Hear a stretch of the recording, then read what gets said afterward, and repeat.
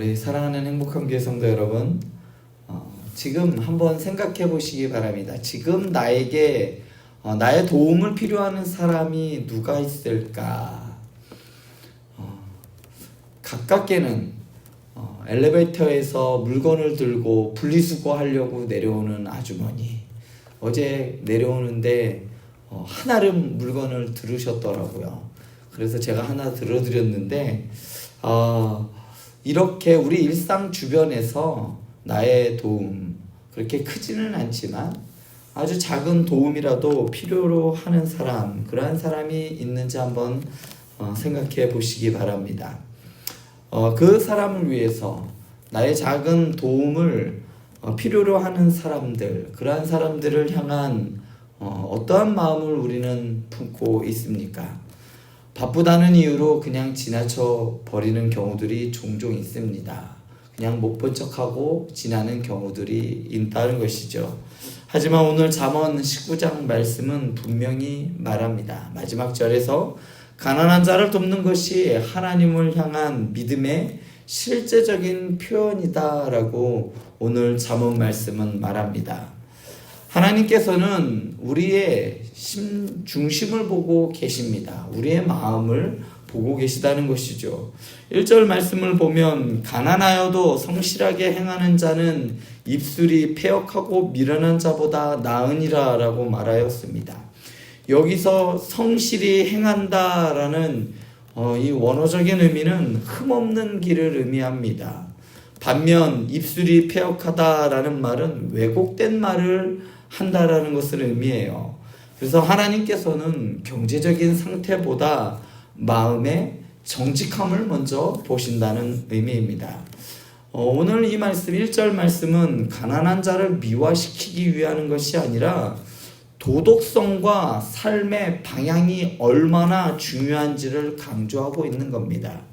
세상 사람들은 얼마나 가졌느냐, 그리고 그 사람이 어떠한 능력을 갖고 있느냐, 이것을 사람들은 중요시 여기지만 하나님께서는 그 사람이 걸어가고 있는 길을 보고 계시다는 겁니다.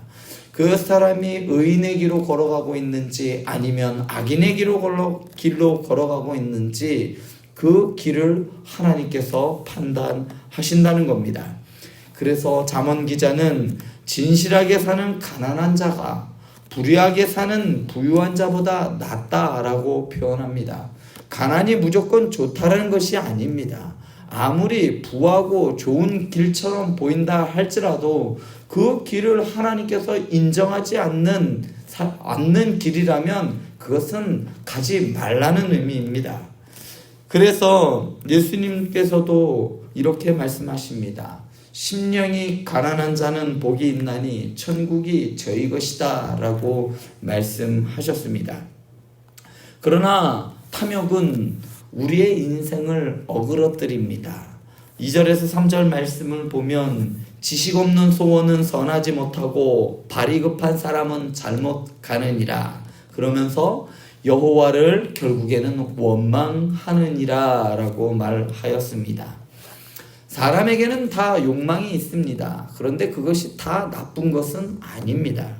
그것이 분별 없이 추구될 때 파멸로 이끌게 되는 것입니다. 우리의 어리석음이 인생을 망치고 그 책임을 내가 나에게 돌리는 것이 아니라 하나님 왜 나한테 이렇게 하셨어요? 결국은 자기가 투자를 잘못해놓고선 하나님 왜 나한테 이렇게 어려움을 주십니까? 라고 그 책임을 하나님께 돌리는 인간의 타락한 본성을 경고하고 있습니다. 탐욕과 충동적인 선택은 영적인 무지를 드러냅니다. 그리고 그 결과가 인생의 실패로 이어질 때 사람은 스스로의 책임을 회피하고 하나님을 원망합니다. 이는 출애굽기에 광야에 있던 백성과 같은 모습이요, 하나님을 향한 원망은 결국 자기 파괴로 이어지게 되어 있습니다. 자, 이러한 자기 욕망으로 인한 이러한 것들은 바로 친구와 그리고 진실한 관계, 이러한 관계들을 어그러뜨리게 되어 있습니다. 4절 말씀을 보면 재물은 많은 친구를 더하게 하나 가난한 자는 친구로부터 끊어진다라고 말하였습니다. 재물을 많이 쓰는 사람, 돈을 헤프게 쓰는 사람 주변에는 그것을 보는 사람들이 달려들어요. 우리가 탕자의 비유를 통해서도 알 수 있지만 많은 재산을 가지고 흥청망청 쓰는 사람 주변에는 그것을 같이 나누려고 같이 즐기려는 사람들이 모이게 되어 있습니다. 그렇지만 그 사이의 우정의 질은 어떨까요? 아주 두터울까요? 아닙니다. 그 사이의 우정의 깊이는 너무나도 질은 얇기 그지없습니다. 가난한 자는 형제에게도 미움을 받습니다. 성도는 세상의 방식과 다르게 살아야 합니다. 세상의 방식은 가난한 자를 멀리하고 성공한 자를 가까이 하는 것이 세상의 원칙이라면 우리 그리스도인들은 이러한 세상의 방식과는 좀 다르게 살아가야 합니다. 이렇게 어렵고 가난한 자들의 진정한 이웃이 우리는 되어 주어야 하는 것입니다.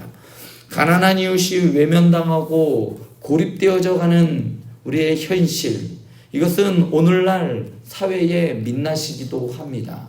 가끔 뉴스에 나오는 공과금도 내지 못하고 한 아파트와 어느 빌라 한 칸에서 겨우 인생을 마감하고 마는 이러한 비참한 삶을 우리는 뉴스를 통해 보기도 합니다.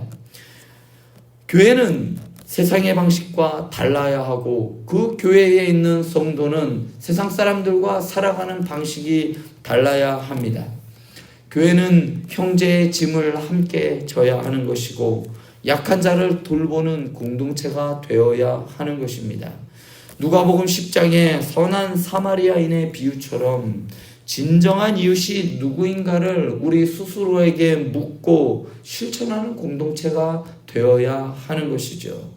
하나님께서는 어떤 분이시냐? 하나님께서는 가난한 자들의 변호자이십니다.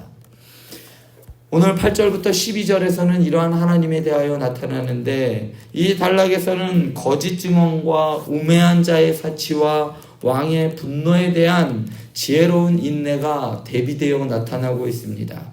하나님께서는 정의와 긍휼을 기준으로 보시며 가난한 자의 편에 서 계시는 분이십니다. 특히 11절은 노하기를 더디하는 것이 사람의 슬기요 허물을 용서하는 것이 자기의 영광이니라 라고 말씀하십니다.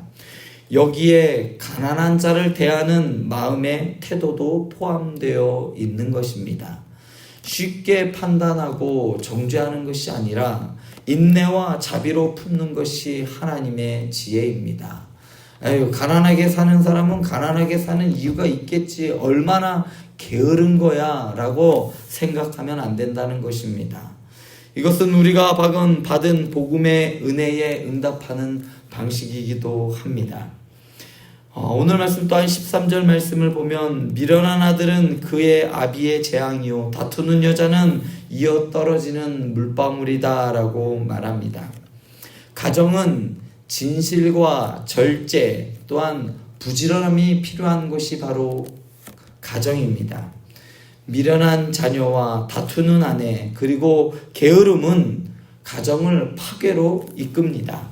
게으름은 단순한 성향의 문제가 아니라 영적인 타락으로도 이어질 수 있습니다.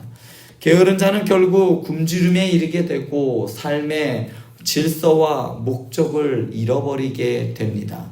성도는 그래서 근면함과 성실함으로 자신의 삶을 다듬어가야 하며 가정을 은혜의 터전으로 지켜야 하는 것이 바로 성도입니다. 성도는 대충 인생을 사는 사람들이 아닙니다. 치열하게 가정을 지키기 위해서 치열하게 일해야 되고 가정을 지키기 위해서 서로를 치열하게 섬겨야 하는 자리가 바로 가정입니다.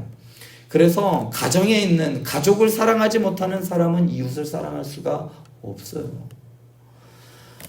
누군가 가난한 자를 돕는 기초적인 자세가 바로 어디서부터 비롯되느냐? 가정에서 가족 구성원을 사랑하면서부터 시작합니다. 나 자신과 가정이 바로 서야 누군가를 도울 수 있는 여유가 생기기 때문입니다. 그렇기 때문에 16절부터 17절을 보면 가난한 자를 불쌍히 여기는 것은 17절에 보면 가난한 자를 불쌍히 여기는 것은 여호와께 구워드리는 것이니 그의 선행을 그에게 갚아 주시리라. 여기서 구워준다라는 이 표현은 하나님께 이자를 받지 않고 빌려주는 행위로 묘사되고 있습니다. 하나님께 구워준다라는 표현. 하나님은 우리의 자비를 잊지 않으시고 반드시 보상하신다는 의미입니다. 이는 하나님의 성품이시며 성도는 이 성품을 닮아가야 하는 것입니다. 예수님께서는 마태복음 25장에서 지극히 작은 자에게 한 것이 곧 내게 한 것이다 라고 말씀하셨습니다. 즉 가난한 자를 돕는 일은 단순한 자선이 아니라 예배이고 신앙의 열매이어야 한다라는 것입니다. 성도가 하나님의 은혜를 깨달았다면 그 은혜는 반드시 이웃을 사랑함으로 드러나 보여야 한다라는 의미이지요. 사랑하는 우리 행복한 교회 성도 여러분, 성도님들은 누구에게 하나님의 사랑을 보여주고 있습니까? 하나님의 사랑을 입은 자로서 누군가에게 하나님의 사랑을 보여주어야 한다면 내 가족도 중요하지만 내 이웃이 되었으면 좋겠습니다. 우리 성도님들이 오늘 붙잡아야 할 결단, 나는 가난한 자를 어떻게 대하고 있는가? 또 나는 정직한 길, 진실한 말, 진실한 관계를 맺기 위해 노력하고 있는가? 또한 나는 하나님의 은혜에 응답하며 누군가에게 내 손을 내밀어 줄 준비가 되어 있는지 오늘 이 아침에 한번 살펴보시기 바랍니다. 교회 안에 있는 어려운 이웃들을 돌아보시기 바랍니다. 정기적인 구제와 나눔을 실천해 보시기 바랍니다. 가난한 자와 함께하는 삶이 하나님 나라의 삶을 기억하시기 바랍니다. 어떤 분들이 우리 로비에 있는 헌금 봉투를 보면서 교회는 뭐 이렇게 여러 품목으로 뭐 이렇게 성도들을 뜯어내려고 해 라고 얼핏 이야기하는 소리를 들었습니다. 그러한 분은 하나님을 잘 이해하지 못하는 겁니다. 하나님께서는 어려운 이웃들을 돌보기 원하시고 또한 복음이 멀리 타국에서 지구 반대편에 있는 그곳에서도 전파되기 원하시기 때문에 선교와 구제와 나눔의 이러한 모습들이 우리 삶 속에서 이어지길 원하시고 계십니다. 신앙은요, 믿음은 단순히 말이 아니에요. 신앙은 실천입니다. 손을 내미는 그 순간 그 자리가 하나님의 나라가 되는 겁니다. 이미 임한 하나님의 나라 우리가 어떻게 살아가느냐 바로 우리의 삶을 통해서 나타날 수가 있는 겁니다. 하나님의 말씀을 들음으로만 끝나는 것이 아니라 그것을 들었다면 행동하시기 바랍니다. 내가 받은 은혜가 크다면 나누시고 또한 우리 청년들을 위해서 청년들이 가는 그 선교지를 위해서 후원하시고 마음을 같이 나누는 것이 바로 하나님이 우리에게 원하시는 마음입니다.